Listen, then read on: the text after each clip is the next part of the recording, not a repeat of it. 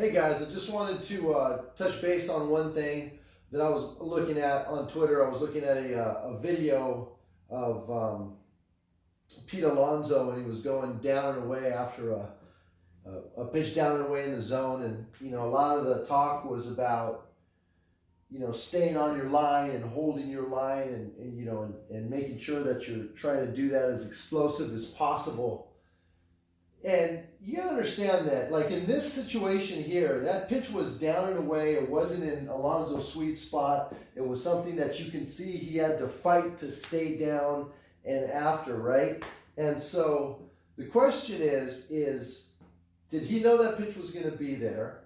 Okay. Did he have to slow down his swing or make some kind of adjustment, which costs time, right? Because now he can't take that big swing. He's got to slow it down some to stay on plane, correct? And so how does this happen? If he doesn't know it's going to happen, nothing that he does can be proactive to the pitch. He's got to react to the pitch. He's got to put himself in a situation where he feels that he can get to his best pitches, right, where he wants to swing at. And some pitches just look really good until they're not. But if he decides, I'm going to continue to go at this pitch, he's going to have to make some kind of adjustment. Now, the question is, on the fly, we have no time to make it. The snap decision's got to be instant, and it can't involve a multitude of things going on in our body. It can't be thinking about appendages. And so my thing, and what I was saying is that everything in the body organizes around the hands, what the hands need to do, right? And so if in this particular instance, when Alonso had to go down to get that fastball and he goes down here, his hands are going to go to a spot. That ball is going to be in this spot. It's going to cross the plate there. That's what my eyes say. Everything that I can see about hitting knows that if that pitch is there, it's going to get there. And I can see the ball coming, and my hands are going to the top inside half of that ball. I could see that line, right? And in doing so, I have to follow rules. I have to stay inside. I want to stay inside the ball. I don't want to get out and lazy, okay? And so I already know where the path is. I already see the trajectory of the pitch, right? Timing is going to get me here. Timing is the adjustment with any pitch. It's all about time. And once you give yourself that time, then everything else is matching that angle, right? Where I got to be. And the way that I match my angle is that if I take my knob, my hands to the top inside half of the baseball, okay? If I keep my hands, okay, above my letters, and as I start my hands downward, because that's downward at the top of my letters, okay, I'm going to be in a position here that I can cover the entire zone wherever I want to be. If I'm high and inside pitch, and then low and away pitch, low and away side. Okay, down and inside pitch, we'll just drop in the hands coming here, right? And so everything starts from that spot, from where I want to be. And that reaction right there is what I want all of you guys to learn. That's what I want all my hitters to do. I want to be able to get from wherever that is to land with good balance. And then our first move is top of the zone and then knob to the top inside half of the ball, wherever the ball is, right? And if you think about bringing that down and getting that 13.5-degree downswing, right? Not flat, but it's right there. If that's what I want to think about at the top of my letters, I can attack everything, right? Now, the body is going to organize around that, around what you need to do to get these hands to and through the baseball, wherever it is. And so when I see, and so that's why I say that everything else after that, after the hands, is explosion and constraint. That's it. Stop and go. Explosion, go. Constraint, stop. What he wants to do is he wants to explode, and then he wants to continue that explosion, but now it's got to slow itself down, and he's got to stay constrained through that line when everything about him wants to go away, wants to continue to move in the rotational path you've set it on, right?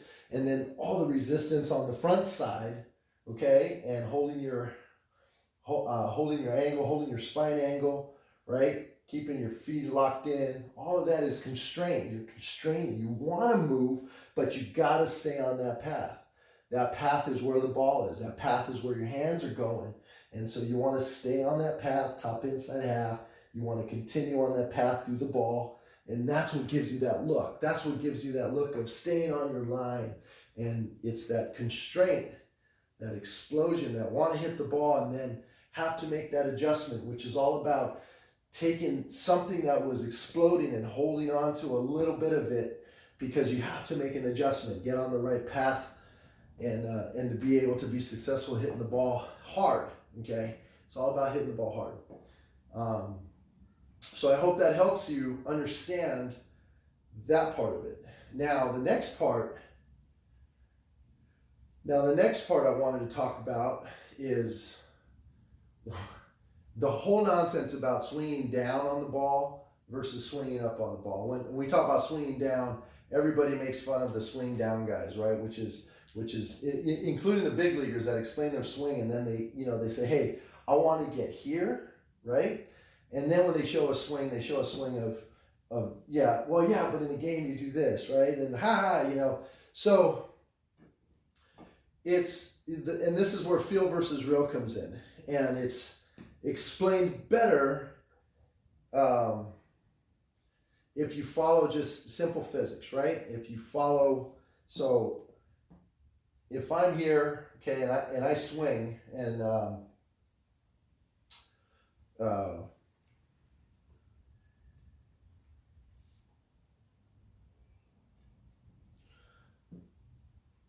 okay, so when we're talking about swinging down on the ball, and you see someone saying, hey, look at this guy talking about swinging down on the ball, and then you watch his major league video, and obviously he doesn't swing down on the ball. He hits a ball over the wall, and there's a slight upswing to it. And so, guys, you know what? It's in this whole thing of feel versus real. There's a couple of different things that I don't want to do, and here we go. So, the couple of things that we don't want to do is I don't want to put myself in a position when I step to start getting the barrel down and getting my hands up. I don't care if the ball's coming at a downward angle or not, and I don't care about getting on playing back here.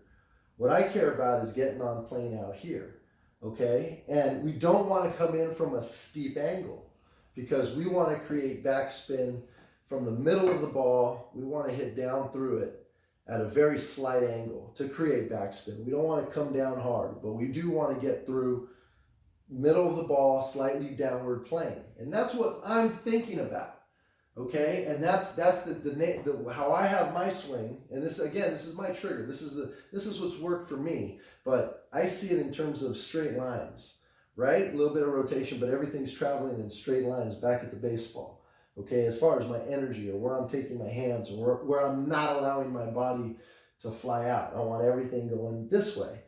And that's where I'm going to hit the ball. So the last thing I want to do is think about putting myself and my barrel down at an angle where if I continue my swing, I'm going to be way underneath the baseball.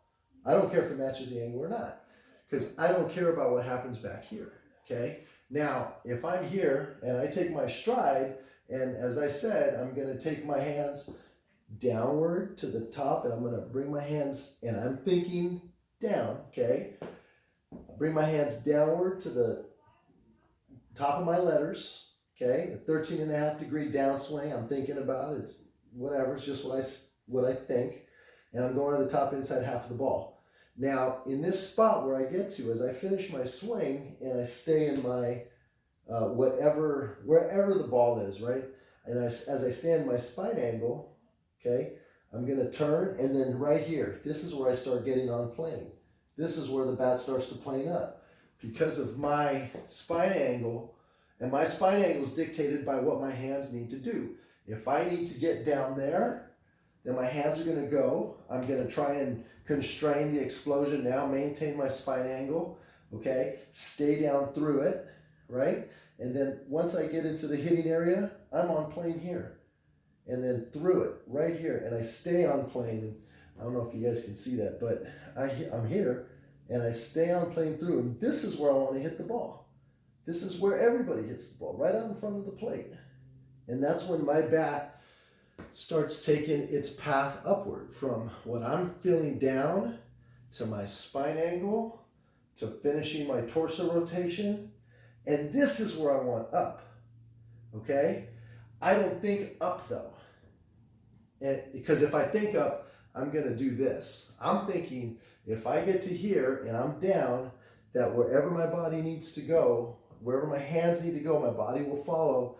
And then once I'm in that spot and I begin my rotation, as I finish through, okay, you can see my shoulder angle, okay, I'm gonna be going up. But I'm thinking down here so that I don't get under the ball, so that I don't drop the barrel, so that I stay on top. And then I turn and the path goes up through the ball.